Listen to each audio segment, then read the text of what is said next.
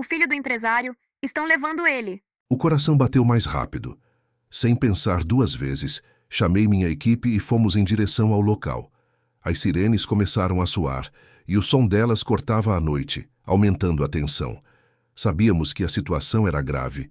Se não agíssemos, rápido, o milionário estaria em mãos erradas para sempre. No caminho, meu rádio estalava com mensagens, mas eu mal conseguia ouvir.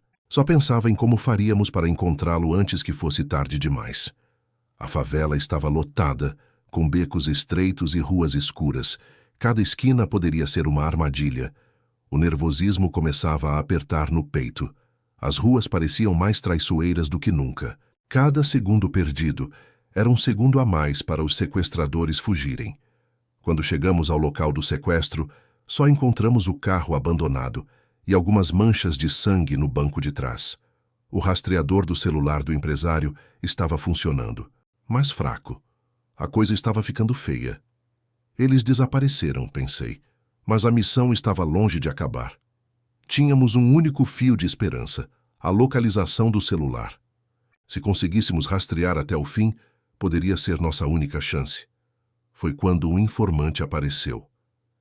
Eles não querem só dinheiro. Tem mais gente envolvida. O frio na espinha aumentou. Não era mais só um resgate simples. Havia algo muito maior por trás disso tudo. Agora tínhamos que correr contra o tempo, mas ao mesmo tempo, sabíamos que qualquer erro poderia custar a vida de alguém. E o pior, o risco de sermos manipulados estava bem ali, à nossa frente. A adrenalina subiu como um foguete. A missão agora era diferente. Não era apenas salvar o milionário. Precisávamos entender o que estava realmente acontecendo. Eu só esperava que não fosse tarde demais. A patrulha estava acelerada, o corpo tenso, os olhos atentos. Encontramos o esconderijo dos sequestradores. O coração acelerou ao perceber que aquilo não seria fácil. O ar estava pesado, o cheiro de fumaça começando a invadir as narinas. Quando menos esperamos, a chuva de tiros começou. O som dos disparos parecia uma orquestra de terror. Meu corpo reagiu sem pensar. Corri para o lado e me escondi atrás de um muro. Balas ricocheteavam por todos os lados. Só havia uma coisa em mente: sobreviver. A troca de tiros não parava. A cada segundo, a situação se complicava mais. Eu podia ouvir os gritos dos meus companheiros, mas não dava para ver nada no caos. Em um instante, uma viatura foi atingida e explodiu em chamas. A fumaça subiu como um aviso. Estávamos em um campo de guerra. Tentei manter a calma, mas a adrenalina me dominava. Os sequestradores estavam fortemente armados. Sabíamos que estávamos em desvantagem. A situação estava fora de controle. Preciso de reforços, pensei. Mas a realidade era que ninguém iria nos salvar se não fizéssemos a nossa parte. A operação virou uma guerra de nervos. Tínhamos uma chance de pegar os criminosos, mas seria por pouco tempo. O milionário, nosso refém, estava em algum lugar ali. E tudo o que eu queria era tirá-lo daquela situação antes que fosse tarde demais. O tempo estava passando, e conforme avançávamos pelas ruas, os sequestradores desapareciam como fantasmas. Os rastros deles estavam desaparecendo e, pior, sabíamos que precisávamos agir com rapidez, ou perderíamos o alvo. A pressão estava insuportável. Não podíamos falhar. Eu estava quase sem forças, mas não podia parar. Meu parceiro, o detetive Lima, começou a vasculhar os registros do milionário. Algo não estava certo, e ele encontrou. O empresário, aquele homem que todos viam como uma vítima, estava profundamente envolvido com o tráfico e até com a corrupção dentro da polícia. Meu estômago embrulhou ao ouvir a descoberta. O milionário não era apenas uma vítima.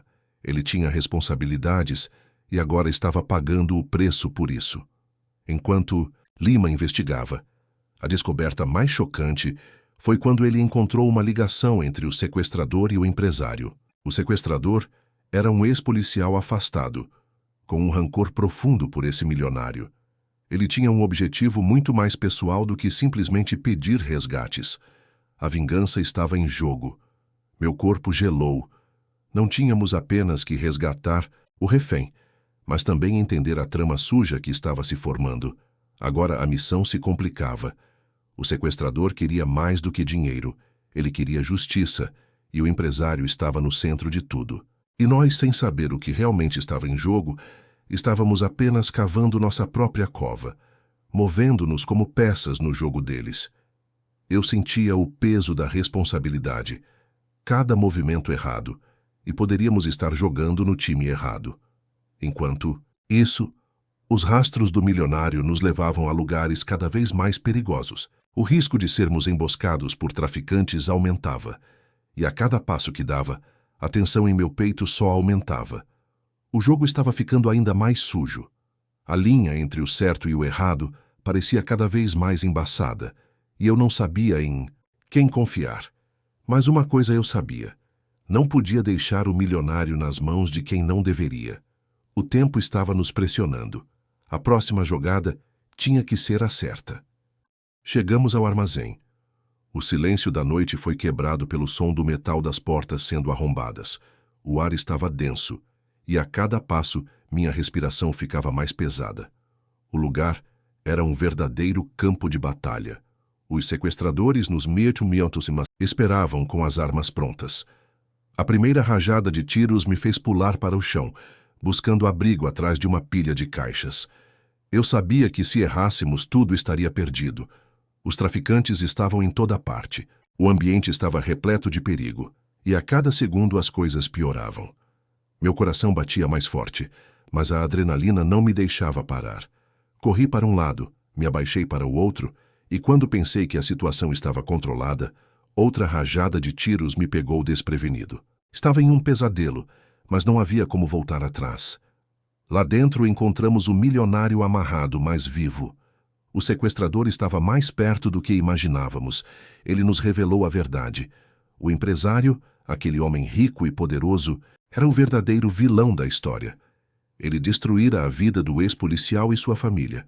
A vingança estava em jogo, e agora todos nós éramos apenas peças em um tabuleiro. Eu não sabia mais o que fazer.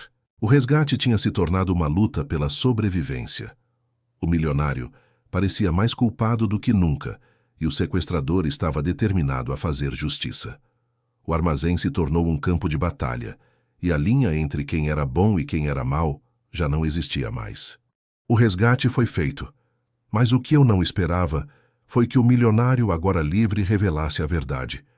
Ele havia orquestrado o próprio sequestro, tudo para encobrir um golpe financeiro gigante, matar pessoas inocentes, fraudar milhões. E agora, ele tentava usar o sequestrador para cobrir tudo. O que eu não sabia era que o sequestrador estava tentando expor a corrupção que envolvia não só o milionário, mas também membros da própria polícia. A surpresa foi esmagadora. Estávamos jogando no time errado o tempo todo. O sequestrador, que parecia ser o vilão, estava apenas tentando derrubar o império de um homem que destruíra vidas. A polícia estava sendo usada como peça em um jogo muito maior, e nós nem sequer percebemos. Eu sentia raiva de mim mesmo por não ter visto isso antes. O choque foi tanto que mal conseguia respirar. A operação acabou, mas a sensação de que nada havia sido resolvido me consumia. O milionário foi preso, mas a corrupção que ele representava ainda estava viva. Eu sabia que isso era apenas o começo. A batalha contra o crime, e principalmente contra a corrupção dentro de nossas próprias fileiras, ainda estava longe de terminar. E no final, percebi que em um jogo de poder, nem sempre os vilões são quem pensamos que são.